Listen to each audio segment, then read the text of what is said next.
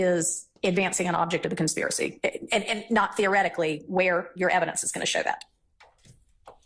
Yes, Your Honor. So during 2015, there were just a number of different events and actions that took place beginning in January of 2015 all the way through about October of 2015, Your Honor. This particular shooting of Lil Wayne's tour bus was a part of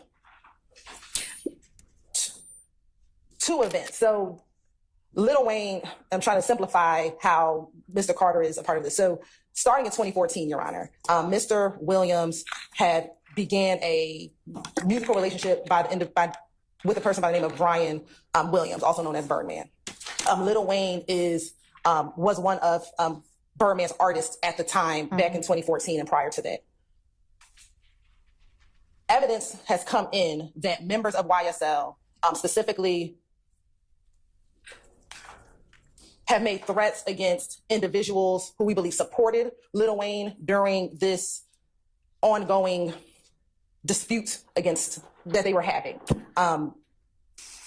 Is Birdman alleged to be in a rival gang, or he's just a rival record producer in the industry? He wasn't a rival to Mr. Williams, so he was friendly with Mr. Williams. Lil Wayne, we believe, became a rival, and we're talking about back in 2014 and 2015, of Mr. Williams. At some point, there was some friction between the two of them, in which Mr. Williams made subtle threats to Lil Wayne via social media. That evidence has been entered before this jury. And we believe that the gang, when Mr. Carter came to Atlanta, there again, like I said earlier, members of YSL just converged on the compound. They left their different, I think they were at a music studio. They all came there in an effort to intimidate or threaten Mr. Carter. Okay. So informing another gang member of those activities is keeping him abreast of those activities. I believe that Mr. Copeland, we're going to confirm, was incarcerated at the time of the Lil Wayne bus shooting. And I want to make sure I confirm that for the record. So we believe that he was being kept abreast of what was happening while he was incarcerated.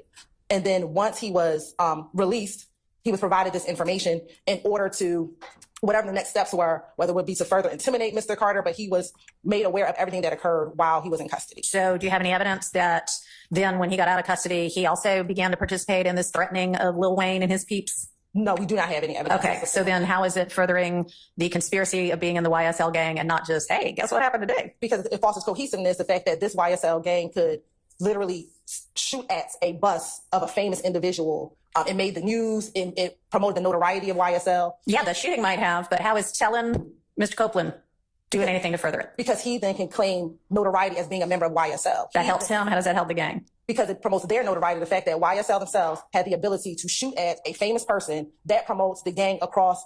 It made headline news, it made news. That may be. Again, how does then apprising Mr. Copeland of it further the purposes of the gang? Because it furthers his involvement, because he's still in the gang. He can still promote himself. He still promote himself as YSL, as being a part of the group that shot at the Lil Wayne's tour bus. Do you have any evidence that he does that? Promotes himself as YSL? As, hey, I'm part of the group that shot up the bus.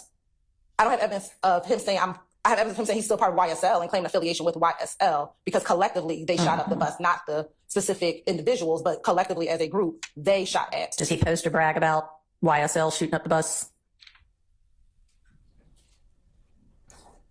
No, we do not have any evidence of him posting on social media YSL shooting up the bus. Okay. All right, so we are then looking at